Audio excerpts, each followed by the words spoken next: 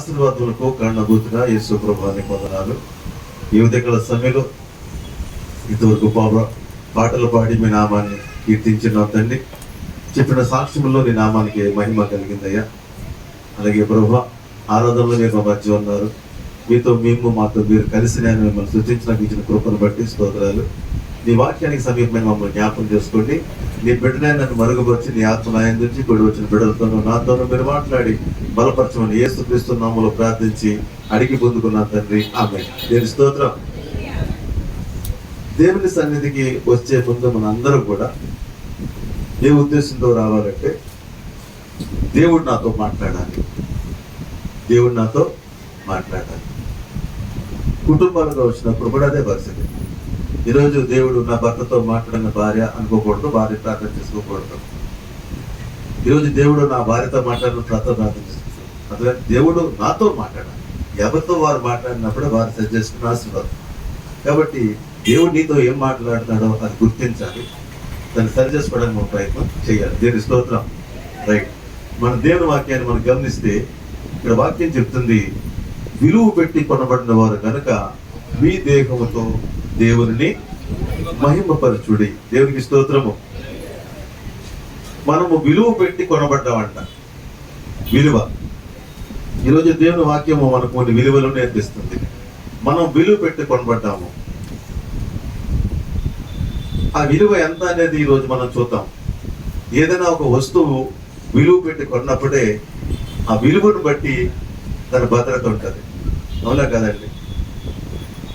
ఇప్పుడు 10 రూపాయలు వస్తువు కొని భద్రంగా దాన్ని బీరోలో పెట్టం కదా.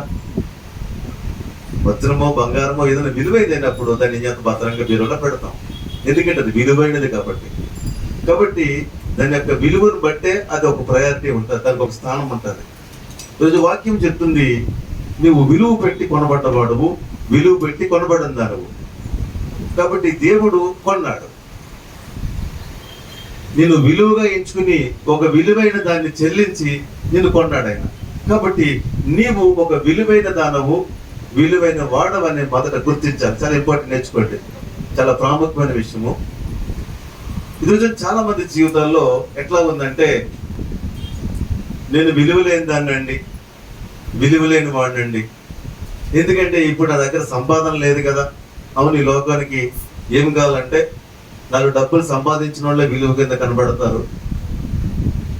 ఉద్యోగంలో బాగా జీతం వస్తేనే విలువగా కనబడతారు. బలాన్ని బట్టి, ధనాన్ని బట్టి, అందాన్ని బట్టి విలువలు మనుషులు గుర్తిస్తూ ఉంటారు. అవేమీ లేకపోతే ఆ మనిషి విలువలేని దాని కింద, విలువలేని వాడి కింద ఎంచుతారు. ఇది మనం చాలా కుటుంబాల్లో గమనిస్తూ ఉంటాము. ఒకవేళ ఈరోజు వాక్యం ఎవరితో మాట్లాడడం తెలియదు, కానీ దేవుడు స్పష్టంగా మాట్లాడుతున్నాడు. నీవు కృంగిపోతున్నావు, నేను విలువలేని వ్యక్తిని, నేను ఎవరికి అక్కర్లేదు, నాతో ఎవరికి పని కూడా లేదు కదా. ఈరోజు నా పరిస్థితిని బట్టి నన్ను అందరూ కూడా దూరం చేసుకుంటున్నారు, నేను విలువలేని దానికి అయిపోయాను, విలువలేని వాడికి అయిపోయాను అని కృంగిపోతున్నావేమో. కానీ నీ విలువ నీ కుటుంబం గుర్తించకపోవచ్చు, నీ విలువ ఈ లోకం గుర్తించకపోవచ్చు, కానీ నీ విలువ సృష్టికర్తని దేవుడు గుర్తించాడు. దేవుని స్తోత్రం. హల్లెలూయా. కాబట్టి ఎప్పటికీ కూడా నీ విలువను మర్చిపోకూడదు. నిన్ను తక్కువ చేసుకోవడం కానీ, నిన్ను తక్కువగా చూసుకోవడం చేయొద్దు. నువ్వు దేవుని సొత్తువు, ఆయన రక్తం చేత కొనబడ్డ వ్యక్తివు. దేవుని స్తోత్రము. ఈ సంగతి ఎప్పుడు మర్చిపోకండి.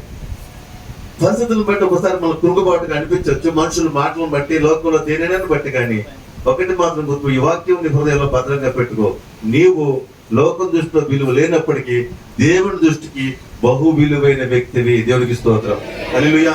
ఈ వాక్యం బట్టి నువ్వు ఎప్పుడు కూడా ధైర్యం కలిగి ఉండాలి. ఈ వాక్యం బట్టి ఆత్మలో నువ్వు ఎప్పుడు బలం కలిగి ఉండాలని దేవుని వాక్యం మనకి నేర్పిస్తూ ఉంది. కాబట్టి ఏదన్నా దేవుడు నీ మీద ఒక నమ్మకం పెట్టుకుని నేను విలువగా కొన్నాడు, ఆయన నమ్మకం తగ్గట్టు నువ్వు జీవించాలి. అర్థమవుతుందండి? ఏదైనా మనం ఒక వస్తువు కొన్నప్పుడు అత్యంత విలువతో మనం కొన్నాం అనుకోండి, అది సరిగ్గా పని చేయకపోతే ఏమంటారు? అసలు నీకు అసలు బుర్ర ఉందరా, ఇంత డబ్బు తిని తగలేసావు, అది పని చేయట్లేదు అంటారు. ఎందుకంటే అది పని చేస్తేనే కదా కొన్న వ్యక్తి కూడా గౌరవం ఉంటుంది. కాబట్టి దేవుడు నీ మీద ఒక నమ్మకం పెట్టుకున్నాడు. ఒక విలువలేని వ్యక్తిమైనప్పటికీ కూడా నేను విలువగా ఎంచి ఆయన రక్తంతో నేను కొన్నాడు, ఆయన ప్రాణం ఇచ్చి కొన్నాడు. ఆయనకి నమ్మకంగా ఉన్నప్పుడే అది దేవునికి కూడా మహిమ, దేవుని స్తోత్రము. అలా కాకుండా నువ్వు జీవిస్తే నేను కొన్నందుకు ఆయన అవమానపరుస్తారు. అవునా కదండి? ఇందాక మాట చెప్పాను, ఒక విలువైనదిగా మనం కొన్నాము, అది పని చేయకపోయినా, అది విలువ లేనప్పుడు ఇంత డబ్బెట్టు కొన్నావు ఏంట్రో ఉపయోగం అంటారు. అలాగే కదా. కాబట్టి సమాజంలో అనకపోయినా పరలోక రాజ్యంలో దేవదూతల సహితము దేవునికి ఒక వ్యతిరేక గ్రూప్ ఉందండి. ఎందుకంటే ఇంతమందిని ప్రేమించిన దేవుడు ఈ మానవుడు ఎందుకు ప్రేమించాడు? మానవుడు ఏ పాటి వాడు? దేవదూతలు అగ్నితో చేయబడ్డారు, మానవులు మట్టితో చేయబడ్డారు. అగ్నితో చేయబడ్డ మనకి విలువ లేదు, కానీ ఈ మంటితో చేయబడ్డ దేవుడు, మంటితో చేయబడ్డ మానవుడిని దేవుడు ఎందుకు ప్రేమిస్తున్నాడు? ప్రేమించడం మాత్రమే కాదు, ఆయన రూపాన్ని ఇచ్చాడు. తన రూపం ఇచ్చడం మాత్రమే కాదు, చివరి తన ప్రాణాన్ని ఇచ్చి మరి మనం కొనుక్కున్నాడు. ఏమి ప్రత్యేకత అని నిన్ను నన్ను కూడా దేవదూతలు సైతం చూస్తున్నారు. అయితే నువ్వు దేవుని మహిమార్థమే జీవింతే దేవదూతలు తలదించుకుంటారు. నువ్వు అవమానకరంగా జీవింతే దేవదూతలు దేవుని పట్ల నవ్వుతారు. దేవుడు ప్రాణం ఇచ్చి మరి కొన్నాడు, ఎందుకు ఈ వేస్ట్ అన్నట్టుగా నువ్వు ఉండకూడదు. దేవుని స్తోత్రం. అర్థమవుతుందా? దేవుడు మన విలువ పెట్టుకొని నిన్ను విలువగా ఇచ్చాడు. ఏ స్థితిలో ఇచ్చాడంటే, నువ్వు దేవుని తిరగబడుతుంటే దేవుడు ప్రేమించాడు, దేవునికి ఎదురు నడుచుకున్నప్పుడు నేను ప్రేమించాడు, దేవుడిని దూషించినప్పుడు దేవుడు ప్రేమించాడు. దేవుని స్తోత్రం. దేవుడిని ప్రేమిస్తే నీ ప్రాణం పెట్టలేదైనా, నువ్వు ఆయనకి వ్యతిరేకంగా నడుచుకున్నప్పుడే నేను ప్రాణం పెట్టాడు. ఒక రోమపత్రిక చెప్తుంది, ఆయనకి మన వ్యతిరేకంగా ఎప్పుడంటే ఆయన మనకు వచ్చి చూద్దాం ఒకసారి. త్వరగా తీయకున్నప్పుడు రోమపత్రికలో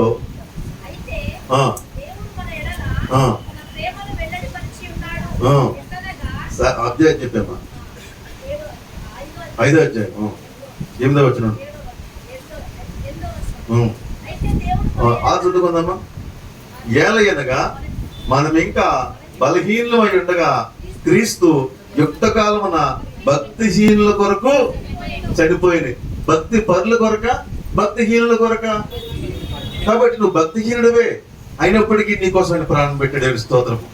ఎందుకంటే నువ్వు సమాజంలో విలువలేని వ్యక్తి కావచ్చు, నా దృష్టిలో నువ్వు విలువైన వ్యక్తివి. నా దృష్టిలో నువ్వు విలువైన వ్యక్తి కాబట్టి నీకోసం నేను ప్రాణం ఇచ్చాను అని ఆయన చెప్తున్నాడు. తర్వాత ఏం చెప్తున్నాడు అనగా, అయితే మన దేవుడు మన ఎడల తన ప్రేమను వెల్లడిపరుచున్నాడు. ఎట్లనగా మనం ఇంకను పాపులమై ఉండగానే క్రీస్తు మన కొరకు చనిపోయాను. ఎప్పుడు చనిపోయాడంట? మనం ఇంకా పాపంలో ఉండగానే క్రీస్తు మన కొరకు చనిపోయాడు. ఎవరి కొరకు? మన కొరకు. దేవుని స్తోత్రము. కాబట్టి దేవుడు నీ కొరకు ప్రాణం ఇచ్చిన సంగతి నువ్వు గుర్తుపెట్టుకోవాలి. వచ్చిన ఉదాహరణ చెప్తాను మీకు అర్థం చేసుకోవడం కోసం. ఒక హాస్పిటల్లో ఒక పేషెంట్ ఉన్నారు. వెనకాల దిక్కు ముఖ్య ఎవరో లేరు. ఆ వ్యాధితో బాధపడుతుంటే హాస్పిటల్ నర్సులు, స్టాఫ్లు అందరూ అనుకుండొచ్చు, ఏమిటి ఈ మనిషి మీ సేవ చేయాలి, ఎప్పుడు పోతుందా అన్నట్టుగా. ఒక్కోసారి హాస్పిటల్లో కూడా కొందరు అలా చూస్తారు, ముఖ్యంగా జనరల్ హాస్పిటల్. ఎందుకంటే అక్కడ ఎవరు లేకపోతే ఎవరు రకంగా ఉంటుంది, అందరూ ఉంటే ఓ రకంగా ఉంటుంది, కలిగిన వాళ్ళు ఓ రకంగా ఉంటుంది, రికమెండేషన్ ఉంటే మరో రకంగా ఉంటాయి కదా. అవును కదా. కాబట్టి ఒక పేషెంట్ మూలన పడిపోయి వ్యాధితో బాధపడుతున్నప్పుడు ఆ నర్సులు సేవ చేసిన అనుకోవచ్చు, ఎందుకు ఈ మనిషితో మాకు తలనొప్పి అనుకోవచ్చు. కాబట్టి అలాంటి ఒక మనిషిని చూడటానికి ప్రధానమంత్రి దిగి వస్తున్నాడంటే ఎలా ఉంటుంది చెప్పండి? ప్రధానమంత్రి హాస్పిటల్కి వస్తున్నాడు, అప్పుడు ఎలా ఉంటుంది? హాస్పిటల్ అంతా కూడా వాతావరణం మారిపోద్ది. వెంటనే గబగబా స్క్రీనింగ్లు, సున్నాలు, ముగ్గు రకరకాల అన్ని చేసేస్తారు. సెక్యూరిటీ గార్డ్, స్టాఫ్ అంతా కూడా అలర్ట్. డాక్టర్లు ఏమో కోట్లు వేసుకుని టైల్ అంతా మొత్తం సెటప్ అంతా మారిపోద్ది. అప్పుడు దాకా శుభ్రత, అప్పుడు అంతా హాస్పిటల్ అంతా మారిపోతుంది. హాస్పిటల్ అంతా అనుకుంటారు, ఎందుకు వస్తున్నాడు అందరూ అనుకుంటారు. అనుకున్న తర్వాత ఎందుకు వస్తున్నాడు చేసిన తర్వాత లోన ఆ ఒక్క వ్యక్తి ఎవరైతే మూలన పడిపోయి ఎవరికి పనికిరని ఉన్నాడో ఆ వ్యక్తి కోసం వచ్చాడు అనుకోండి. ఎలా ఉంటుంది అందరూ? ఈ ప్రధానమంత్రికి తోలక తెలుసుంటే ఐసీయూలు పెడుతుమే, స్పెషల్ ట్రీట్మెంట్ ఇద్దుమే అనుకోరా? అనుకుంటారు.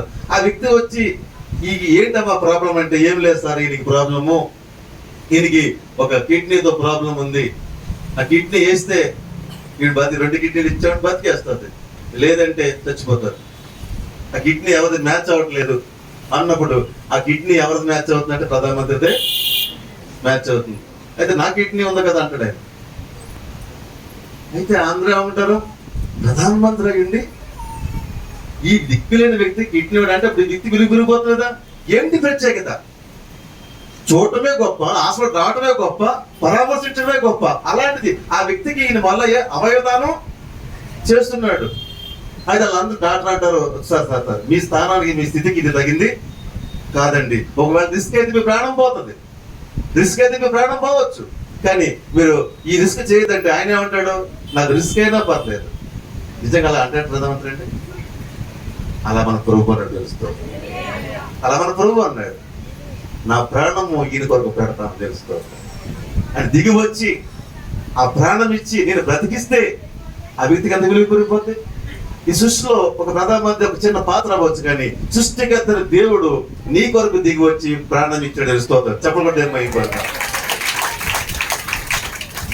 హాస్పిటల్ వ్యక్తికి ఎలా విలువ పెరుగుతుందో అంతకంటే రెట్టింపు విలువ నీది నాదే కూడా. నీ కోసం నా కోసం ఆయన ప్రాణం ఇచ్చి విలువ పెంచాడు. అనేది ఈ లోకంలో ఏదో ఇల్లు లేదని, ఈ లోకంలో ఏదో నీకు స్థితి లేదని, సామర్థ్యం లేదని నువ్వు కుంగిపోవద్దు. నువ్వు దేవుని కుమార్తెవు, దేవుని కుమారుడు.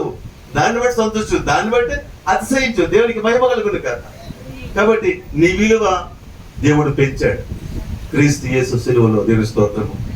కాబట్టి ఈ లోకంలో బంగారం లేదని, బట్టలు లేవని, ఇల్లు లేదని మరి దేన్ని బట్టి నువ్వు చింతించొద్దు. దానివల్ల ఉపయోగం ఏమీ లేదు. నువ్వు యేసు ప్రభు నా కొరకు ప్రాణం ఇచ్చాడు అనే అతిశయము ఎంతో గొప్ప. దేవుని స్తోత్రం.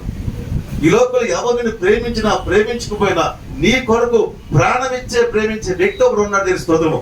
ఆయనే యేసు. దేవుని స్తోత్రం. ఈ లోపల దాన్ని బట్టి నువ్వు అతిశయించాలి, దాన్ని బట్టి సంతోషించు, దాన్ని బట్టి దేవుణ్ణి స్తుతించు.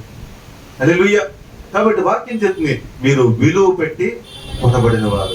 ఈరోజు నేను చెప్తున్నాను, ఎవరో తెలియదు కానీ నేను విలువ లేని వ్యక్తిని అయిపోయాను. కుటుంబంలో విలువ లేదు, సమాజంలో విలువ లేదు, నాకు ఎవరి దగ్గర విలువ లేదు అని కృంగిపోతున్నావేమో. దేవుడు ఈరోజు సూటిగా మాట్లాడతాడు, నీవు నా దృష్టిలో విలువైన దానికి దేవుని స్తోత్రము. నీవు అసలు విలువైన వాడు, భయపడద్దు. నేను నీ కొరకు ప్రాణం ఇచ్చాను, నీ కొరకు నేను ఏమైనా చేస్తాను. ఎవరు అవునన్నా ఎవరు కాదన్నా నేను నీకు తోడుకుంటానని దేవుని వాక్యం సెలవిస్తాను. హల్లెలూయా. కాబట్టి విలువ, కాబట్టి మన విలువను గుర్తించి విలువల ప్రకారం మనం నడుచుకోవాలి. దేవుడు నీ కొరకు ప్రాణం ఇచ్చాడు, అని నీ విలువను పెంచాడు. అయితే నీవు కూడా కొన్ని విలువలను గుర్తించాలి.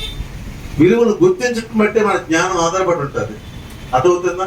ఇప్పుడు ఒక రాయి ఉందండి, ఆ రాయి పట్టుకు కుర్రాడు తిరుగుతున్నాడు.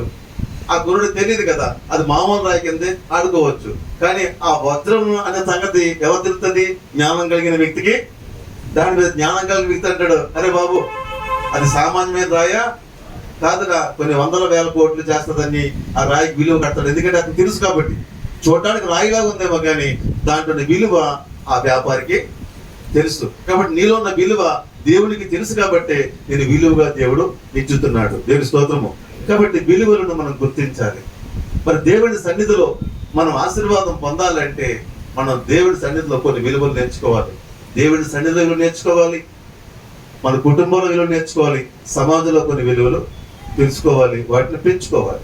కాబట్టి ఈరోజు దేవుని వాక్యం నీతో స్పష్టంగా మాట్లాడుతుంది. దేవుడి పట్ల ఒక గొప్ప ఉద్దేశం కలిగి ఉన్నాడు. అయితే అంతగా నీ కొరకు ప్రాణం ఇచ్చిన దేవుడు ఈ లోకంలో ఆయన మహిమాత్మని జీవిస్తున్నావా? ఇక్కడ వాక్యం చెప్తుంది, మీరు విలువ పెట్టుకోబడిన వారు కనుక ఏం చేయాలట?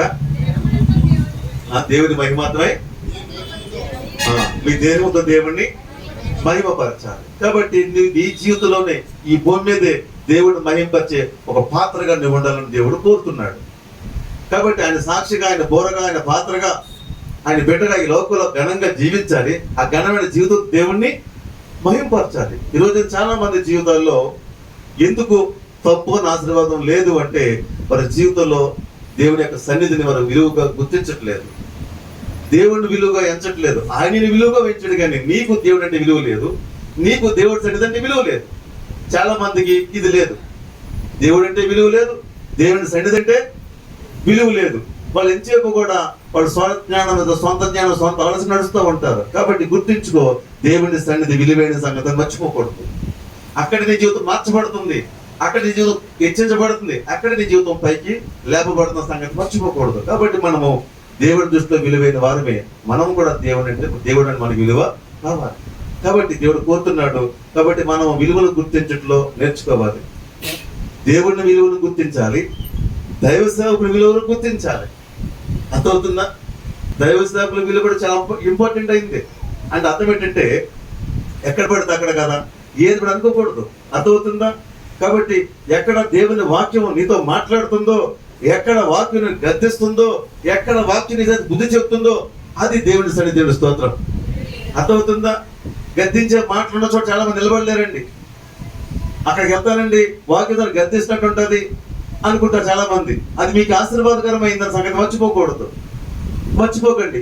చాలా మంది జీవితంలో ఈ గద్దింపు మాటలంటే ఇష్టం ఉండదు.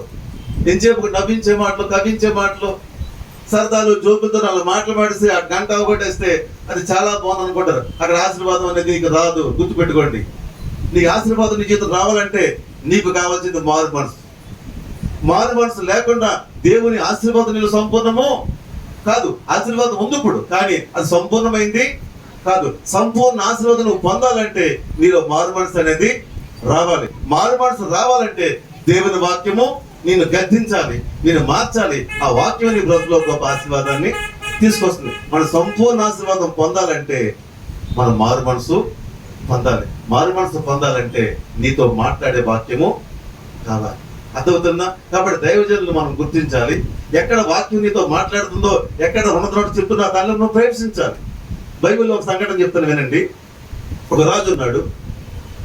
ఆ రాజుకు దేవుడు ఉన్నాడు సంగతి తెలుసు, దేవుని యొక్క శక్తి తెలుసు, దేవుని యొక్క సామర్థ్యం తెలుసు. రాజు దేవుడు ఆశీర్వదిస్తే విజయం కలుగుతున్న సంగతానికి తెలుసు. ఆ రాజు ఏం చేశాడంటే ఒక యుద్ధానికి వెళ్తున్నప్పుడు ఆ రాజు ఏం చేశాడంటే దైవ సేవకుల్ని పిలిపించుకున్నాడు. మేము యుద్ధంకి వెళ్తున్నాము, నా కొరకు మీరు ప్రార్థన చేయండి అని. మంచిదే, బాగానే ఉంది. దేవుడు ఆశీర్వదిస్తే విజయం కలుగుతున్న సంగతానికి తెలుసు, ప్రార్థన చేయమన్నాడు. ప్రార్థన చేయడానికి వచ్చిన వ్యక్తులు ఎలా పెట్టుకున్నాడంటే ఆ రాజుకు ఎంతసేపు కూడా భజన చేసే బ్యాచే కానీ ఉన్నది చెప్పే బ్యాచ్ కాదు. అతని పేరు ఎవరంటే ఆహాబు యెహోషాపాతు ఇద్దరికి వెళ్తున్నప్పుడు ఆహాబు అంటున్నారు, దైవ సేవకులు వచ్చి అంటారు, వాళ్ళంతా ఏంటంటే ఈ రాజుగారికి గద్దింపు మాట ఇష్టం ఉండదు. ఏదో గద్దించి మాట్లాడితే వారిని నిండు వారు దూరం పెట్టేసుకుంటాడు. ఆమెకు అర్థమైపోయింది, రాజుగారిని పొగిడితే చాలు మనకి ఏమైనా ఇస్తాడు అని. వీళ్ళు బతుకు తెరు కోసం వచ్చిన లేళ్ళు ఆయన సాగిపోతుంది. రోజు యుద్ధంగా అడుగుతూ దైవ సేవకులు అన్నారు, రాజా వెళ్ళు, జయం నీదే అని ఈ దైవ సేవకులు పలుకుతున్నారు. అక్కడే యెహోషాపాతు ఉన్నాడు. ఆ యెహోషాపాతు ఎవరంటే దేవుని విలువ, దైవ సేవకుల విలువ తెలిసిన వ్యక్తి ఎవరు? యెహోషాపాతు. వీళ్ళైనా ఇంకెవరు లేరా అన్నాడు. ఉన్నాడులే ఒకడు. ఆ రాజు అంటాడు, ఉన్నాడులే ఒకడు, ఎంతసేపు గద్దించినట్టు మాట్లాడతాడు, నన్ను గుంచినట్టు మాట్లాడతాడు. ఉన్నాళ్ళ ఆ ఒక్కడిని తప్పించుకున్నాడు. ఆ ఒక్కడు వచ్చాడంటాడు, మరి మేము యుద్ధానికి వెళ్తున్నాము, వెళ్ళమంటావా వద్దంటావా అంటే ఆ దైవ సేవకుడు చెప్పాడు, రాజా యుద్ధానికంటే మీకు ఆశీర్వాదకరమైంది కాదు అని చెప్పినప్పుడు, నేను చెప్పానా నేను ముందే చెప్పాను, వీడు ముందే అదే అడ్వర్స్ అంటాడు. అక్కడ చూడండి, తీసారా మొదటి రోజులు చెప్పు మొదటి రోజుల గ్రంథం 22వ అధ్యాయము టీం.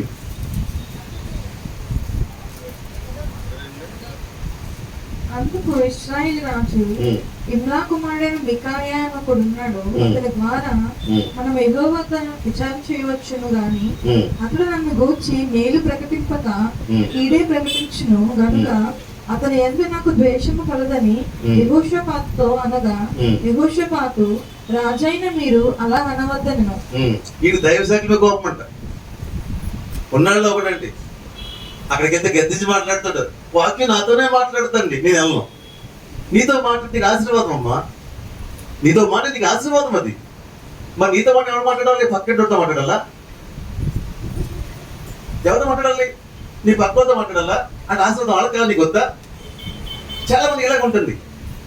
ఓ సహోదరు ఇలాగ వచ్చి అక్కడికి వెళ్తే నేను ఉండలేనండి, ఆ పాస్టర్ గారు నన్నే గద్దించి మాట్లాడినంత ఆవిడ ఎవరో నాకు దగ్గర తెలియదు. వేరే వాడు చెప్పిందంట, ఆ ఇంటికి వెళ్ళి ఆ బాబా అక్కడికి వెళ్తే నన్ను సూటిగా మాట్లాడుతున్నారంటే అంటే నిజానికి మీ ఇష్టం నాకు ఎవ్వరికి తెలియమమ్మా. తెలిసి మాట్లాడితే మీ దైవ శాఖలో కానే కాదు, అర్థం చేసుకోవాలి. అర్థమవుతుందా? చిన్న సంఘం కాబట్టి ఒక కొన్ని విషయాలు తెలుస్తూ ఉంటాయి. అయినంత మాత్రం దాన్నే చెప్పాలన్న ఉద్దేశం ఉండదు. ఇక్కడ దేవుడి స్థానంలో దేవుడు మాట్లాడతాడు, అది సరి చేసుకోండి, నీ ఆశీర్వాదం నేను స్తోత్రం. అదే పెద్ద చర్చ అయితే నా గురించి తెలియదు అనుకోవచ్చు నువ్వు. కాబట్టి చిన్న చర్చ కాబట్టి మీరు తెలుసు అనుకోకండి. ఇలా తెలిసిపోయినంత మాత్రం చెప్పిన వాక్యం మీరు చెప్పి బుద్ధి చెప్పేవాళ్ళు కాదు. వాక్యంగానే మీరు వినాలి, వాక్యాన్ని మార్చుకోవాలి. ఇక దైవశాఖ నేను కోపం అంట, ఎందుకంటే ఈ వాక్యంతో మాట్లాడతాడని. కాబట్టి ఈయన అంటాడు, ఏమన్నాడు మజలమ్మా, అప్పుడు ఈయనేమన్నాడు యెహోషాపాతు, అప్పుడు ఇశ్రాయేలు రాజు తన పరివారం, రాజైన మీరు అలా కనవద్దు అని. రాజైన మీరు అలాగా అనవద్దు, ఎందుకంటే యెహోషాపాతు తెలుసు దైవశాఖ విలువ అనేది తెలిసి మాట్లాడతావు. ఏమన్నాడు, అప్పుడు ఇశ్రాయేలు రాజు తన పరివారంలో కనిపించి, ఇమ్లా కుమారుడైన మీకాయ శీఘ్రముగా ఇక్కడికి రప్పించమని సెలవిచ్చెను. ఇశ్రాయేల్ రాజును యూదా రాజును యెహోషాపాతును రాజవస్త్రము ధరించుకుని షోమ్రోను గమని దగ్గరనున్న విశాల స్థలం ముందు గద్దెల మీద ఆసీనులై ఉండి ప్రవక్తలందరూ వారి సమక్షమందు ప్రకటన చేయుచుండగా, కెనయనా కుమారుడైన సిద్కియా ఇనుప కొమ్ములు చేయించుకుని వచ్చి, వీటి చేత నీవు సిరియన్లను పొడిచి నాశనము చేతు అని యెహోవా సెలవిచ్చున్నాడని చెప్పాను. చూడండి, రాజుగారి పక్కన కూడా ఉన్నాడు, ఇదే దైవసేవకుడే, దైవసేవకుడు పేరుతో ఉన్నవాడు. ఇనిపే సిద్కియా ఏమంటాడు, రాజా యుద్ధానికి వెళ్ళిపోండి, నాకు ఎలా కనపడదు దర్శనం అంటే ఇనుప కొమ్ములు వేసుకుని మీరు శత్రువుల్ని పొడి చేస్తున్నారు, వాళ్ళు చచ్చిపోతున్నారు, అలాంటి దర్శనం నాకు కలిగింది, యుద్ధానికి పోమంటున్నారు. ఇప్పుడు అసలైన దైవజాగ్రత్త వచ్చాడు. ఆయన ఏం చెప్పాడు చూడండి, ఇక్కడ ముందుకు వచ్చేస్తే 18వ వచనం, అప్పుడు ఇశ్రాయేలు రాజు యెహోషాపాతు చూచి, ఇతడు నన్ను గూర్చి మేలు పలకగా కీడే ప్రవచించునని నేను నీతో చెప్పలేదా అనగా, మీకాయ ఇట్లనెను, యెహోవా సెలవిచ్చిన మాట ఆలకించుము. యెహోవా సింహాసనాసీనుడై ఉండగా పరలోక సైన్యం అంతయు ఆయన కుడి పార్శ్వమును ఎడమ పార్శ్వమును నిలిచి ఉండట నేను చూచితిని. అహాబు రామోత్లాగు మీదకి పోయిన మనం చదువుకుంటే కదా నేను వివరణ చెప్పేస్తున్నాను. దైవసేవకుడు వచ్చి అంటాడు, రాజా నీ యుద్ధం కన్నా ఆశీర్వాదం కాదు అని చెప్పినప్పుడు ఈయన అంటాడు, నేను చెప్పాను కదా, ముందే చెప్పాను కదా, నాకు ఎప్పుడు ఇంగ్లీష్గా మాట్లాడతాడని అని ఈయన చెప్పాడు. అప్పుడు అన్నప్పుడు రాజా, ఇప్పుడు ఆయన నేను వచ్చిన ఈ నిజాం పల్లికి నా దైవజాకుని అన్నా సార్ రాజు, ఇతను తీసుకుని జైలు వేసామన్నాడు. ఇతను తీసుకెళ్ళి జైలు వేసి వచ్చాక నీ పని చూస్తాను అన్నాడు. అప్పుడు దైవజాకుడు అన్నాడు, నువ్వు వెళ్తావుగా తిరిగి రావన్నాడు. అంతే, నువ్వు వెళ్తావుగా తిరిగి రావన్నాడు. అంతే, అదే జరిగింది. యుద్ధానికి వెళ్ళాడు, మారువేషం వేసి మరి ఎందుకంటే రాజు అని తెలితే చచ్చిపోతానేమో, రాజు కాకుండా అది గురు చూడకుండా బాణం వచ్చింది, సరిగ్గా రాజుకు వచ్చి గుచ్చుకుంది, చనిపోయాడు. కాబట్టి ఈ వాక్యం ఎందుకు చెప్తానంటే, నీకు భజన చేసేవాళ్ళు, నేను పొగిడేవాళ్ళు కాదమ్మా, చర్చిలో దేవుడి సన్నిధిలో నేను గద్దించేవారు నీకు చాలా ఆశీర్వాదం. స్తోత్రము. గద్దింపు నీకు ఆశీర్వాదకరమైంది. కాబట్టి గద్దించే మాట నీకు మేలు చేస్తుంది, గద్దించే మాట నీకు మేలు చేస్తుంది. దేవుని వాక్యం గమనిస్తామంటే కొన్ని వాక్యాలు చూద్దాము, గద్దింపు ఎంత ఆశీర్వాదకరమైనదో. సామెతల గ్రంథంలో కొన్ని మాటలు ఉన్నాయి, ఈ రోజున వరుసగా వాక్యాలు చూద్దాము. యోబు గ్రంథము,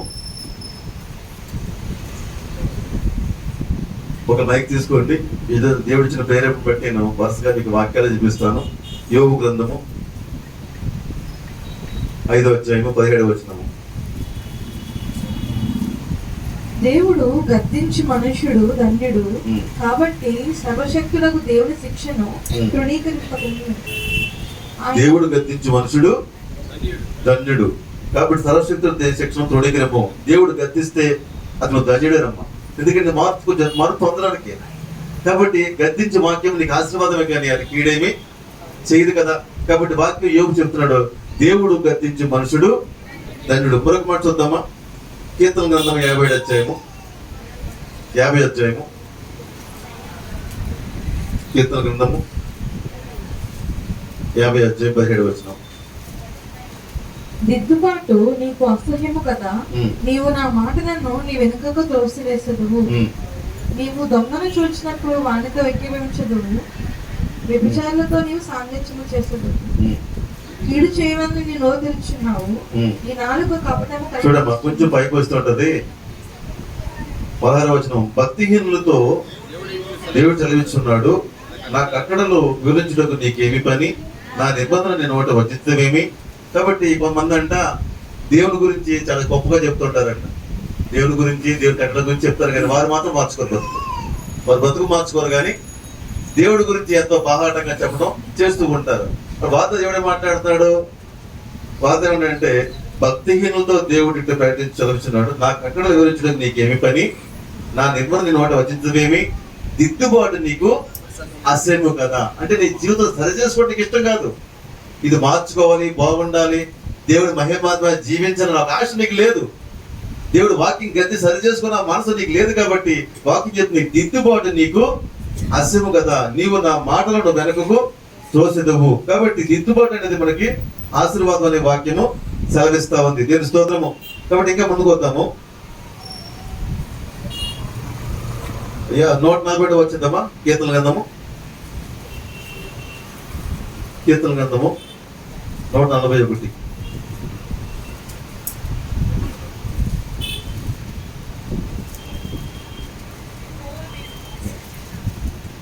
141 అధ్యాయము 5వ వచనం. నీతిమంతులు నన్ను కొట్టుట నాకు ఉపకారము, వారు నన్ను గద్దించుట నాకు తైలాభిషేకము. నేను అట్టి అభిషేకమును త్రోసివేయకుందును గాక, వారి దుష్టక్రియలను చూచి నేను తప్పక ప్రార్థన చేయుచున్నాను. నీతిమంతులను కొట్టుట నాకు ఉపకారము, నన్ను గద్దించుట నాకు తైలాభిషేకము. నేను అట్టి అభిషేకంతో త్రోసివేయకుందును గాక. బాగా వినండమ్మా, నా మాట వింటున్నారా? వాక్యం చెప్తుంది, నీతిమంతులు నన్ను కొట్టుట నాకు ఉపకారం. కాబట్టి ఒకవేళ నువ్వు చిన్నవాడేమో, నీ తండ్రో లేదా నీకు ఎవరో నీతిమంతుడు నాకు దెబ్బ వేసినా అది నీకు ఆశీర్వాదం కదనే, నీ బుద్ధి చెప్పడం కోసమే కదా, నేను సరి చేయడం కోసమే కదా. ఆ సంగతి మర్చిపోకూడదు నువ్వు. వాక్యం చెప్తుంది, వారు నన్ను గద్దించుట నాకు తైలాభిషేకం. కాబట్టి ఎవరో నేను గద్దిస్తే అది సరి చేసుకోవాలి. గద్దించేవారు ఇంట్లో ఉండాలమ్మా. మొదట దేవుడు ఉండాలి, ఆయన సన్నిధి ఉండాలి, దైవ సేవకులు ఉండాలి, ఇంట్లో పెద్దలు ఉండాలి.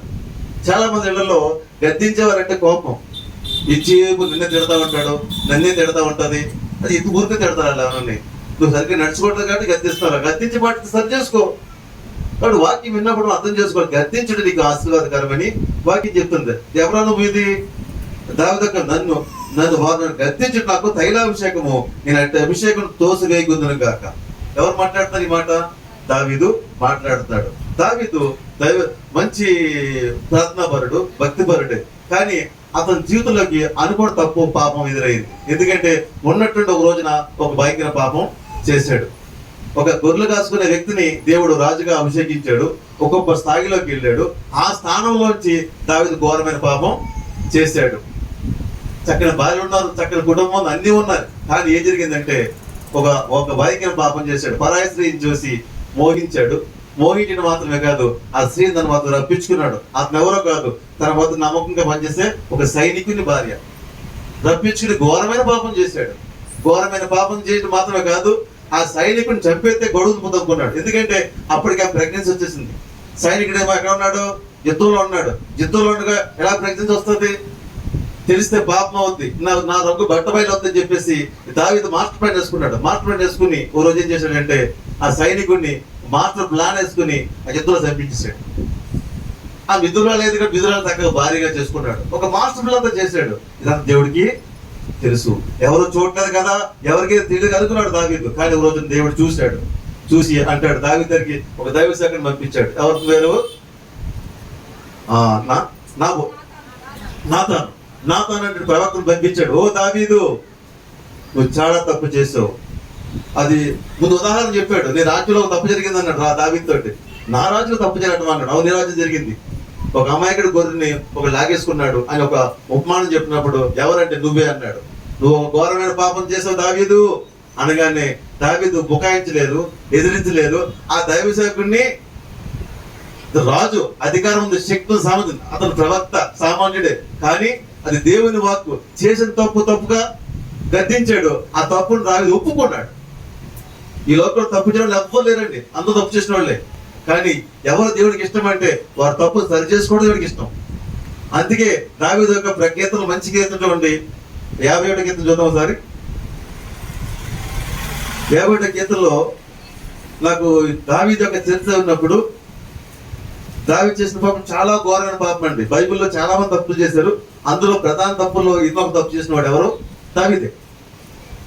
అతని మీద కేసు పెట్టాలంటే చాలా శిక్షణ పడాలి. మోసం, కుట్ర, దగ, హత్య, వ్యభిచారం ఒకటి కాదండి, చాలా శిక్షణ పడాలన్నమాట. అంత దూరమైన పాపం చేసిన వ్యక్తి ఎవరంటే దావీదు.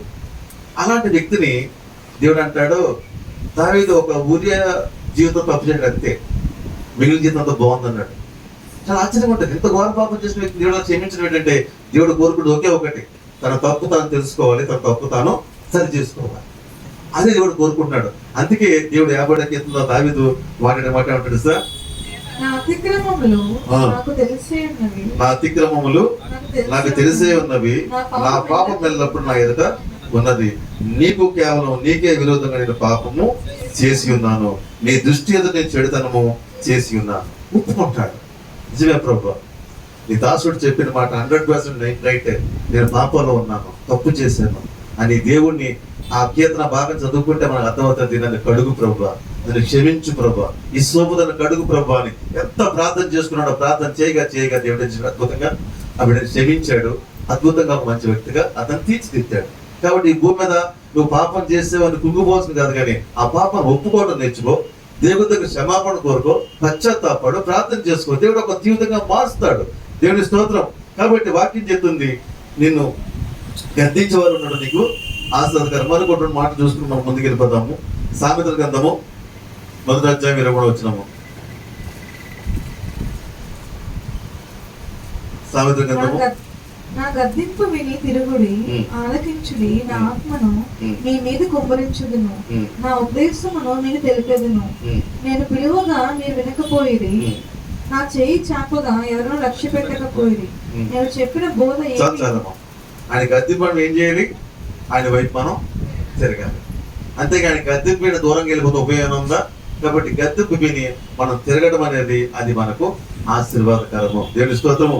కాబట్టి దేవుడి వాక్యాన్ని గద్దించినప్పుడు, నీతో మాట్లాడినప్పుడు అది నీ జీవితం సరి చేసుకోవడం అనేది చాలా మేలైన విషయం అని దేవుని వాక్యము తెలియజేస్తుంది. కానీ మా సామెత 17 వచ్చే 17 10 చూద్దామా.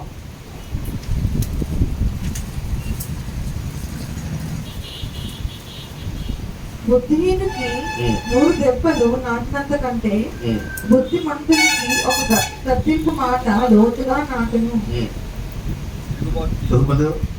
బుద్ధిహీనునికి 100 దెబ్బలు నాటినంత కంటే బుద్ధిమంతునికి ఒక గద్దింపు మాట లోతుగా నాటును. దేవుని స్తోత్రం. బుద్ధిమంతుడు కూడా ఏంటంటే ఒక మాట చాలా లోపడిపోతాడు. బుద్ధిహీనుడికి దెబ్బలు కొట్టినా మారడు. కాబట్టి నువ్వు మారే వ్యక్తిగా ఉన్నావా, మారిన వ్యక్తిగా ఉన్నావా? దెబ్బలు కావాలా, ఒక మాటతో మారుతావా? దేవుడి వాక్యము ఈ రోజున నేను హెచ్చరిస్తా ఉంటుంది. దేవుని స్తోత్రము. కాబట్టి ఇంకా మన బైబిల్లో చాలా వాక్యాలు ఉన్నాయి. 1-2 విషయాలు ఎందుకో దేవుడు ఈ రోజున అన్ని వాక్యాలు నాకు చూపిస్తున్నారు. కాబట్టి చివరిగా మనం ఒక వాక్యం చదువుకుందాము. ఈ వాక్యాల ప్రకారంగా సామెతల గ్రంథం 20వ అధ్యాయం 5వ వచనము.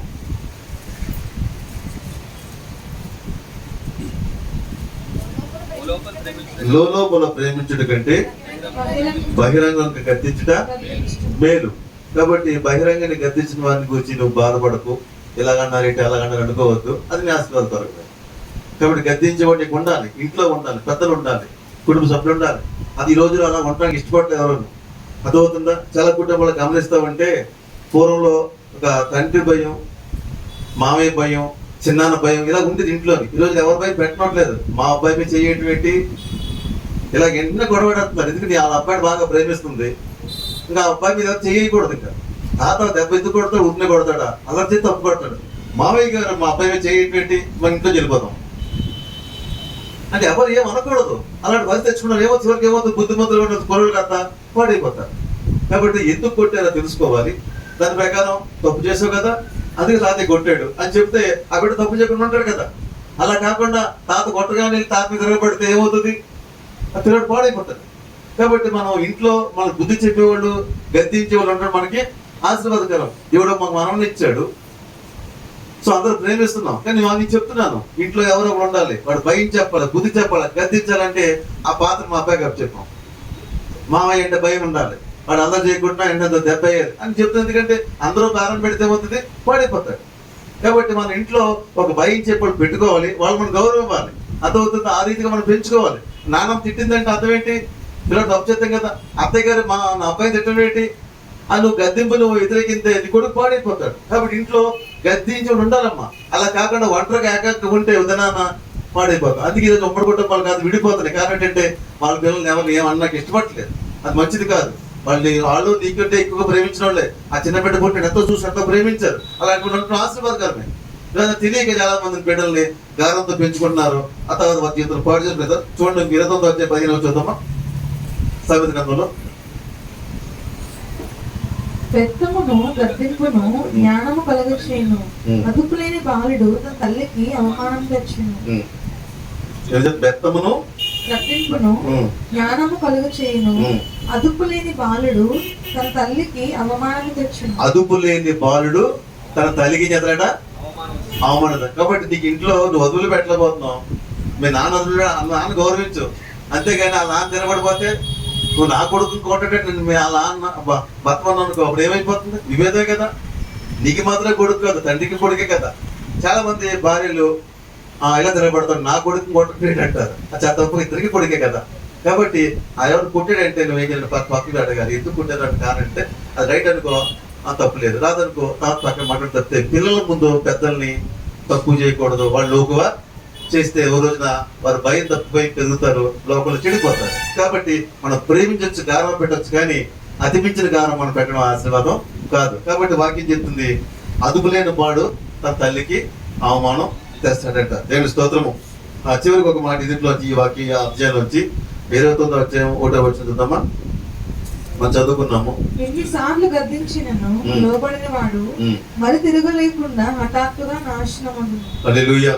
కాబట్టి ఎన్నిసార్లు గద్దించినా కూడా మరి వినకపోతే అది చాలా ప్రమాదం అని ఈ మాట నేను హెచ్చరిస్తా ఉంది. దేవుని వాక్యం పదే పదే నీతో మాట్లాడినట్లయితే అది నువ్వు వినకపోతే అది నీకు నష్టమని దేవుని వాక్యం కూడా ఖండిస్తా ఉంది. ఎన్ని మార్లు గద్దించినా వినకపోతే హఠాత్తుగా మరి మరణం వస్తుందని దేవుని వాక్యము హెచ్చరిస్తా ఉంది. హల్లెలూయా. కాబట్టి దేవుడు వాక్యం కోరుతుంది, మీరు విలువ పెట్టబడిన వారి కనుక మీ దేహములతో దేవుణ్ణి మహిమపరచడి. మహిమపరచడం అంటే ఏంటి? ఇది ఇప్పుడు మనం 2వ పాటలోకి వెళ్తున్నాం. దేవుని స్తోత్రం. మహిమపరచడం అంటే ఏంటి? మీ దేహంతో ఏం చేయాలి? ఇప్పుడు దేవుడు నిన్నంతా విలువగా ఎంచుకున్నాడు, తన ప్రాణం ఇచ్చాడు. అయితే మీరు ఆయన ప్రకారం నడుచుకునే మేలైతే ఈ వాక్యం చూద్దాము. మరి పేతురు రాసిన మొదటి పత్రిక, దీనికంటే ముందు ఒక మాట విందాము. మనము గమనిస్తే హెబ్రీ రాసిన పత్రిక మొదటి అధ్యాయం 9వ వచనము. హెబ్రీ రాసిన పత్రిక, నీవు నీతిని ప్రేమించితివి, దుర్నీతి ద్వేషించితివి, అందుచేత దేవుడు నీ దేవుడు తోడివారి కంటే నిన్ను హెచ్చించినట్లుగా ఆనంద తైలంతో అభిషేకించెను. దేవుని స్తోత్రం. నీవు నీతిని ప్రేమించితివి, దుర్నీతిని ద్వేషించితివి, అందుచేత దేవుడు నీ తోటి వారి కంటే హెచ్చించినట్లుగా ఆనందయంలో అభిషేకించను. ఎప్పుడైతే దేవుని వాక్యం విని ఆ ప్రకారం నడుచుకుని, కొన్ని కష్టంగా ఉంటాయి, కొన్ని తినకుండా ఉంటాయి, కొన్ని తాకుండా ఉంటాయి, కొన్ని అమ్మకుండా ఉంటాయి, కొన్ని చేయకుండా ఏం తప్పులు ఉంటాయి. అవి వాక్యం గద్దించినప్పుడు సరి చేసుకుంటే అది ఆశీర్వాదకరమే కదా. కాబట్టి ఎప్పుడైతే ఆయన నీతిని ప్రేమించి ఆ నీతి పనులు ఉంటావో నేను హెచ్చిస్తాడు. నేను మెకానిక్ పని చేస్తున్నామని, మెకానిక్ పనిలో మోసం ఉండేది. యేసు ప్రభు తిన్నప్పుడు మేము లోకంలో రకరకాలుగా జీవించాము, వ్యసనాలకు బానిసలు అయ్యాము. ఆ వ్యసనాల కోసం డబ్బు సంపద అడ్డదారులు దొక్కాము, వ్యాపారంలో మోసము. చర్చికి వెళ్తున్నాం, వస్తున్నాం, అప్పటికే నేను మారు మనసు పొందలేదు, బాప్తిసం తీసుకోలేదు, వెళ్ళటం రావడం జరిగింది. ఎప్పుడైనా కూడా నేను వాక్యం హెచ్చరిస్తూ ఉండేది. ఎందుకంటే నా యొక్క పాపం బట్టి, ఆ వాక్యాన్ని బట్టి నేను ఒప్పుకునేవాడిని. నిజమే, నేను తప్పు చేసిన అర్థం చేసుకునేవాడిని. తర్వాత ఓ రోజు నా జీవితంలో వాక్యం మాట్లాడింది. దేవవాక్యం అంటే నువ్వు ఎంత సంపాదించినా నీ సంపాదన చిల్లి సొచ్చులో పోసిన సంపాదన అయిపోతుంది. ఈరోజు చాలా మంది సంపాదిస్తున్నారు, వాళ్ళ సంపాదన అంతా కూడా ఏమవుతుంది? చిల్లి సొచ్చులో పోసినట్టే అంతా పక్కకు పోతుంది. కాబట్టి వాక్యం చెప్తుంది, నువ్వు నీతిని ప్రేమించి ఆయన మార్గంలో ఉంటే నేను హెచ్చిస్తున్నాడు దేవుడు. ఎలాగ హెచ్చిస్తాడో నేను ప్రార్థన చేసినప్పుడు నేను చేసే వృత్తిలో కొంచెం మోసం ఉండేది. ఆ మోసం వృత్తి మానేమని దేవుడు హెచ్చరించాడు. ఆ మోసం చేయడం మానేశాను. మోసం చేసిన మానేసిన తర్వాత దేవుడు హెచ్చరించాడు. అలాగే ప్రార్థన చేసినప్పుడు అనేవాడు, ముందు మోసం మానే, అప్పుడు రా. ఈ మానేసిన కొన్ని నష్టం ఉంటుంది, కొన్ని కష్టం ఉంటుంది, కొన్ని బాధలు ఉంటాయి, అయినా అనుభవించాలి. అప్పుడు నువ్వు నిలబడితే కనుక దేవుడు ఏం చేస్తాడట? నీ తోటి వారి కంటే నేను బహుగా హెచ్చిస్తాడు. కాబట్టి వ్యాపారంలో మోసం మానేసి యథార్థంగా నిలబడ్డ కొన్నాళ్ళకి అద్భుతము ఇప్పుడు చెప్పడానికి సాధ్యం కాదు, కానీ ఒక్క 1000 రూపాయలు పెట్టుబడితోటి దేవుడు నాకు 60,000 లాభం ఇచ్చాడు. ఒక 1000 రూపాయలు పెట్టుబడితోటి 60,000 లాభం. ఆ వ్యాపారం ఏంటో చెప్తాను, మీరు కూడా చేస్తారా? చాలా మందికి ఉంటుంది ఆశ. మళ్ళీ చోట వాక్యం చెప్తే ఈ తర్వాత చెప్తాను, ఆ భాషలో ఫోన్ చేసి ఏమంటే మా చర్చలో మీరు 1000 రూపాయలు పెట్టుబడి 60,000 సంపాదన ఎలా అని అన్నారంట. అలా దైవజనుడు పిలవండి మళ్ళీ మాకు, అదే సగంలో చెప్పి వెళ్ళిపోయారు ఆయన. మేము 1000 రూపాయలు పెట్టి పెడతాము, మాకు 60,000 లాభం కావాలని అని అడుగుతున్నారంటే నాకు ఫోన్ చేశాడు ఆయన. వస్తాను మళ్ళీ వచ్చి చెప్తానన్నాను. ఇక్కడ ఎందుకు చెప్తానంటే ఈ మాట, మనం దేవుడి కొరకు కొన్ని విడిచిపెట్టాలి, కొన్ని వదిలిపెట్టాలి, అప్పుడే హెచ్చించాడు దేవుడు. ఆ పాపంలో ఉంటూ ఆ లోకంలో ఉంటూ హెచ్చించమంటే దేవుడు హెచ్చిస్తాడా? హెచ్చించడు కదా. కాబట్టి ఆ తర్వాత దేవుడు మోసం విడిచిపెట్టిన తర్వాత దేవుడిని హెచ్చించాడు, బహుగా దీవించాడు. దేవుని స్తోత్రము. కాబట్టి దేవుని మాట ప్రకారం మనం లోపడి జీవించాలి. అప్పుడే దేవుడు మనం ఏం చేస్తాడంటే మన తోటి వారి కంటే నా బహుగా, అది అనుభవ సాక్షి, నా తోట అందరికంటే బాగా హెచ్చించాడు దేవుడు అన్ని విషయాల్లో కూడా. కాబట్టి అలా హెచ్చించాలంటే దేవుని మాటకు నువ్వు లోపడాలి, సరి చేసుకోవాలి. అప్పుడు ఆయన నేను బాగా ఘనంగా దీవిస్తాడు. ఎందుకంటే ఆయన చూసి విలువ పెట్టుకొనబడేవాడు కదా. విలువ పెట్టుకొనబడి నిన్ను దేవుడు తక్కువ చేయడు కదా. ఆయన రక్తం ఇచ్చుకున్న దేవుడు నేను పక్కన పడితే ఆయన అర్థం ఏంటి? నేను ఘనంగా చూడాలనుకుంటాడు, పై చూడ గొప్ప ఉంచాలనుకుంటాడు కాబట్టి దేవుడు. కాబట్టి ఆయన మాట ప్రకారం ఏం చేయాలి? లోబడి జీవించాలి. దేవుని స్తోత్రము. చివరిగా ఒక మాట నేను చెప్తున్నాను. రోజు మొదటి కనుక ఎక్కువ సమయం ఉంచడానికి మనకు సాధ్యం కాదు. నేను ఒక చిన్న ఉపమానం చెప్పి మీతో మాట్లాడుతున్నాను. కాబట్టి బైబిల్లో యేసుప్రభు శిలువను అంత గొప్పదో మనం గుర్తించాము. కానీ ఒక విషయం మీకు చెప్తున్నాను అండి. మీలో ఎంతమందికి తాజ్ మహల్ తెలుసు? చాలా మంది తెలుసు. Very good. చిత్రాల్లో చూసాం కదా, ఫోటోల్లో ఉంటాయి, రైట్? అవును కదా. ప్రత్యక్షంగా చూసారు, ప్రత్యక్షంగా వీళ్ళు చూసిన వాళ్ళు సిస్టర్ గారు చూసారంట. నేను చూశాను. నేను డెహ్రాడూన్ వెళ్ళినప్పుడు ఢిల్లీ వస్తూ అలా రిటర్న్లో అక్కడ ఆగి చూశాను. మనం ఫోటోలు చూస్తున్నాను కానీ చాలా ఆశ్చర్యంగా ఉంటుంది, చాలా బాగుంటుంది. ఒక మంచి కట్టడం మనం చూడడం తప్పేం కాదు. అదొక సమాధి, గుర్తుపెట్టుకోండి. ఎలా ప్రాముఖ్య విషయం చెప్తున్నాను కదండి. తాజ్ మహల్ కట్టింది షాజహాన్ కదా, నాకు దగ్గర తెలియదు. షాజహాన్ భార్య పేరు ముంతాజ్, రైట్. ఎలా కట్టారంటే ఆ షాజహాన్ గారికి భార్య ముంతాజ్ అంటే చాలా ఇష్టం, చాలా ప్రేమ. చనిపోయింది. చనిపోయినప్పుడు ఆ ప్రేమకు గుర్తుగా సమాధి, అది ఆ సమాధి చాలా బాగా కట్టాలనే ఒక ప్రేమతోటి చాలా డబ్బు ఖర్చు పెట్టి ఆ తాజ్ మహల్ కట్టించాడు కదా. అది ప్రపంచంలో అది పెద్ద వింత, అది 7 వింతల్లో అదొక వింత. మన దేశంలో ప్రాముఖ్యమైనది అది తాజ్ మహల్ కదా, అదొక సమాధి. కాబట్టి ఆ షాజహాన్ గారి భార్య కనుక మళ్ళీ బతికొచ్చింది అనుకోండి, నా మాట మీకు అర్థమవుతుంది. ఉదాహరణ గెస్సింగ్, షాజహాన్ గారి భార్య తెలుసా అలా కడతాడని? తెలుసా? తెలియదు కదా. అవునా కదా? తెలియదు కదా. నిజంగా ఒకవేళ వెనక్కి వచ్చి ఆ తాజ్మహల్ చూసిన అనుకోండి, ఎలా ఉంటుంది? చెప్పండి అమ్మా, మీరు ఎట్లయినా సప్లై ఉండదు, చాలా సంతోషంగా ఉంటుంది కదా. ఇక భర్త నిలదవుతుంది అప్పుడు భార్య పేరు అయిపోయినా భర్త చూస్తుంది. ఇప్పుడు షాజహాన్ గారు చనిపోయిన తర్వాత భార్య వచ్చింది అనుకోండి, ఆవిడ కోసం తాజ్మహల్ కట్టాడు, చూసింది, చాలా సంతోషించింది. నా భర్త ఎంత ప్రేమిస్తాను అనుకుంది. ఇప్పుడు షాజహాన్ గారు ఇంట్లో ఉన్నాడు, భార్య ముంతాజ్ ఉంది. ఇది వచ్చిన ఊహ ముంతాజ్ జరా ఛాయ్ లేలో అన్నాడు. ఏమన్నాడు? జరా ఛాయ్ లేలో అన్నాడు. మరి తన కోసం తాజ్మహల్ కట్టాడు కదా. బట్ ముందు ఎలా పడుతుంది? తీయట్టుతుంది, చక్కటి బాలేసి యాలిక్కాయో ఇంకేదో రకరకాల ఏమో అందించి పట్టుకోదా? ఎందుకంటే ఇది పట్టుకుతుంది తన కోసం మంచి కట్టాడు కదా. అవునా కదమ్మా? అలా కాకుండా కృతజ్ఞత అయితే, కృతజ్ఞత లేకపోతే ముంతాజ్ జర ఛాయ్ లేలో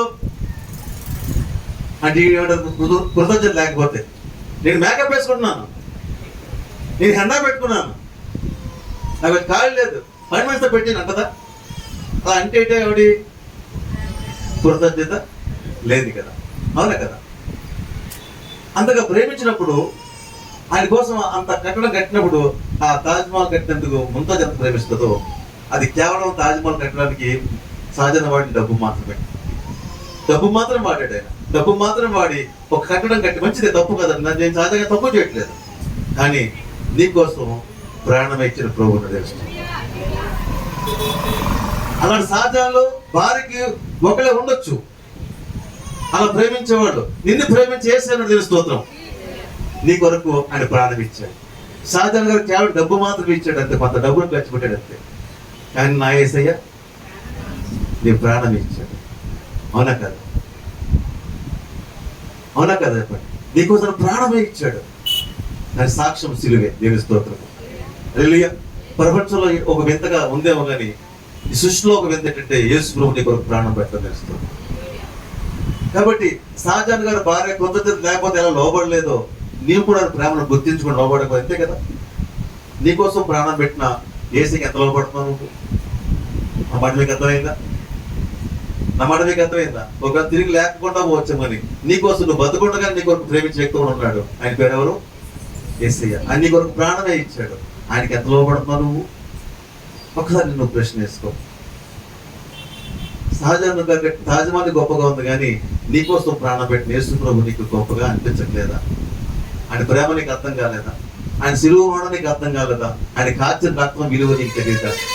ఇంకా ఆయన ప్రేమ తెలియకుండానే ఆయన ఎదిరించేవాడు గాను, తిరుగుబాటు చేసే వ్యక్తి గాను, ఆయన లోబడిన వ్యక్తిగా ఉంటే నువ్వు కృతజ్ఞతలు లేనిదాను, కృతజ్ఞత లేనివాడు కదా. అర్థం చేసుకుంటాం. దేవుడి ప్రేమను గుర్తించుకున్నాం. ఆయన చేసిన కార్యం మర్చిపోయి కృతజ్ఞత లేకుండా ఉంటే ఏమనుకోవాలి? అర్థం చేసుకోవాలి. కాబట్టి ఈరోజు నా దేవుడు వాక్యం మాట్లాడుతుంది. దేవుడు నేను విలువ పెట్టి కొన్నాడు. విలువ పెట్టి కొన్నాడు. ఎందుకు విలువ పెట్టి కొన్నాడు? ఆయన మహిమ మాత్రమే ఉండాలి. చివరికి ఒకే ఒక మాట, మనం ఆయన మహిమ కలిగి ఉండాలి. ఏం చేయాలి? ఒక వాక్యం తీసుకుని మన వాక్యాన్ని ముగించుకుందాము. గమనిస్తే మనము ఇప్పుడు వెళ్దాము. పేతురు రాసినటువంటి పత్రిక, మొదటి పత్రిక 3వ అధ్యాయము 4వ వచనం. దేవుని స్తోత్రం.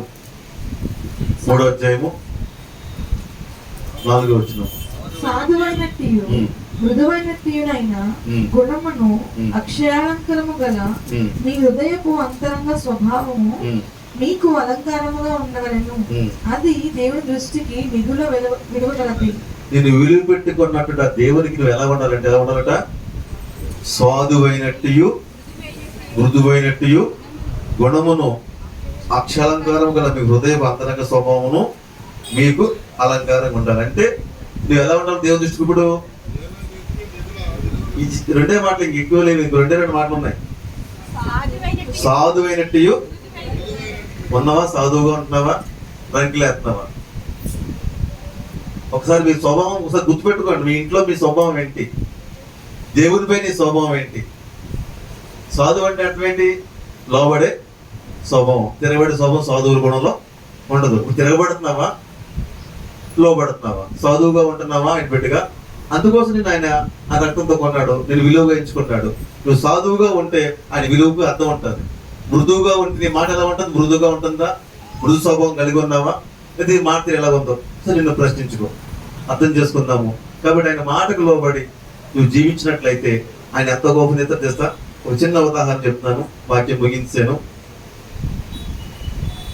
చూడండి, పరిశుద్ధ బైబిల్ గ్రంథంలో మన మానవ మనసు పొందకుండా దేవుని రాజ్యంలో విలువ లేదు. మన ఆరాధ్య దేవుడు అంటే ఒక గొప్ప తండ్రి ఆయన. ఒక గొప్ప తండ్రి ఎలా? మంచి తండ్రి, దీనికోసం ప్రేమించే తండ్రి ఆయన. అర్థం చేసుకోండి. ఒక మాట ఏంటంటే, నువ్వు నీ తండ్రిని ఎలా గమనించావు? నీ కొడుకుగా ఆయన చూడకున్నాడంటే నువ్వు తండ్రివి, ఆయన తండ్రివి, నువ్వు కొడుకుగా ఉన్నావు కదా. నువ్వు మీ నాన్నగారి దగ్గరికి వెళ్ళి 1000 రూపాయలు అడిగావు. 1000 రూపాయలు అడిగితే తండ్రి అన్నాడు 1000 రూపాయలు దేనికి రా అన్నాడు. అడుగుతాడు, బాధ్యత కలిగి తండ్రి ఎప్పుడు అడుగుతాడు. అడిగితే నువ్వు లెక్క చెప్పేలాగా ఉండాలి, వివరం చెప్పేలాగా ఉండాలి. అడిగితే నాకు తెలుసు నువ్వు ఎదురు అడుగుతున్నాము. 1000 రూపాయలు అడిగితే ఎంత ఇచ్చాడు? 500 ఇచ్చాడు. ఎందుకంటే ఈ కొడుకు ఇంకా సరిగ్గా మారు మనసు లేదు కాబట్టి వీడు పాడైపోతే భయంతో 500 ఇచ్చాడు. అయితే ఆ కొడుకు బయటకు వెళ్ళాడు. ఫ్రెండ్స్ అంటారు, ఏరా ఏమైంది? మా నాన్న డబ్బులు ఇచ్చాడా? లేదురా, మన ప్లాన్ తెలిసిపోయి ఉంటుంది. అందుకే మా నాన్న 1000 రూపాయలు అడిగితే 500 ఇచ్చాడు. ఎందుకంటే నిజంగా బర్త్డే ఫంక్షన్ కాదు, ఏ ఫంక్షన్ కాదు. దేని డబ్బులు అడుగుతారంటే చెడిపోవడానికి డబ్బులు అడుగుతారు కనుక. ఎందుకంటే మారు మనసు లేదు. బతుకు మార్చుకోలేదు. అందుకే ఆ తండ్రి 1000 రూపాయలు దీవించాడు, 500 ఇచ్చాడు. ఈ రోజున ఎందుకు మనం సంపూర్ణ ఆశీర్వాదం పొందలేకపోతున్నామంటే, ఇందుకే మాట చివరికి చెప్తున్నానంటే, మీ అందరి కొరకు నిత్యం ప్రార్థన చేస్తున్నాము. మనసు పూర్తిగా మేము బ్లెస్ చేస్తున్నాం. మీరు ఆస్వాదించబడాలి, పై స్థాయికి వెళ్ళాలి, గొప్పగా మేము దీవిస్తున్నాము. మనస్ఫూర్తిగా మేము ప్రార్థన చేస్తాం. మేము మాత్రమే కాదు, మాకంటే ఎక్కువగా దేవుడు మేము చూస్తున్నాడు. మీరు బాగుండాలి, పై స్థితికి వెళ్ళాలి, హెచ్చించబడాలి. మీ తోటి వారి కంటే మీ స్థితి చాలా పై కూడా ఆశపడుతున్నాడు. కానీ మనలో మారు మనసు అనేది రావటం లేదు. అందుకే మనం ఆ స్థితి పొందలేకపోతున్నాం. ఇప్పుడు నిజమైన తండ్రి ఏం చేస్తాడంటే 1000 రూపాయలు దీవిస్తున్నాడు, 500 ఇచ్చాడు. నిజంగా తండ్రి ఉద్దేశం చెప్పడం మాట, నిజంగా నువ్వు మారు మనసు పొందితే కనుక నీ తండ్రి 500 అడితే 1000 ఇవ్వటం కాదు, 1000 అడితే 500 కాదు, తాళం చేతి గుర్తుతో చేస్తాం. ఏమిస్తాడు? తాళం చేతులు గుర్తే. ఎప్పుడు నువ్వు మారు మనసు పొందితే. యేసు ప్రభు వారు పేతురుకి ఏమి ఇచ్చాడు? తాళం చేతి గుర్తు ఇచ్చాడు. ఎందుకంటే పేతురు, నువ్వు బయటికి వెళ్ళు, నువ్వు ఇవ్వబడుతుంది, బంధించబడుతుంది. ఎందుకంటే తాళం చేతి గుర్తు ఉన్నాడు దేవుడు ఈ రోజు నీకు. కానీ మనం ఏమవుతున్నాం? మారు మనసు లేదు. ఎందుక దేవుడికి ఇష్టమైన పాత్ర ఉండలేకపోతున్నాం. ఆయన గద్దెకి మనం లోపట్లేదు. అందుకే ఇది మనము అభివృద్ధి లేకుండా ఆశీర్వాదం ఆగిపోతున్నాం. కాబట్టి ఈ ఆశీర్వాదం పొందాలంటే సంపూర్ణంగా దేవుడికి మారు మనసు పొంది, దేవుడికి ఇష్టం కానీ ఏమి ఉన్నాయో దాన్ని తొలగించుకో, దేవుడికి లోబడి జీవించు. ఆయన విలువగా పెట్టుబడి కాబట్టి ఆయన విలువ తగ్గట్టుగా ఉంటే నీ బ్రతులో గొప్ప దేవుని పొందుకుంటావు. దేవుడి మాటలు దీవించిన గాక. ఆమేన్. ప్రార్థన చేసుకుందాము. మన ముందు ప్రభురాత్రి భోజనం సిద్ధపడుతున్నాం.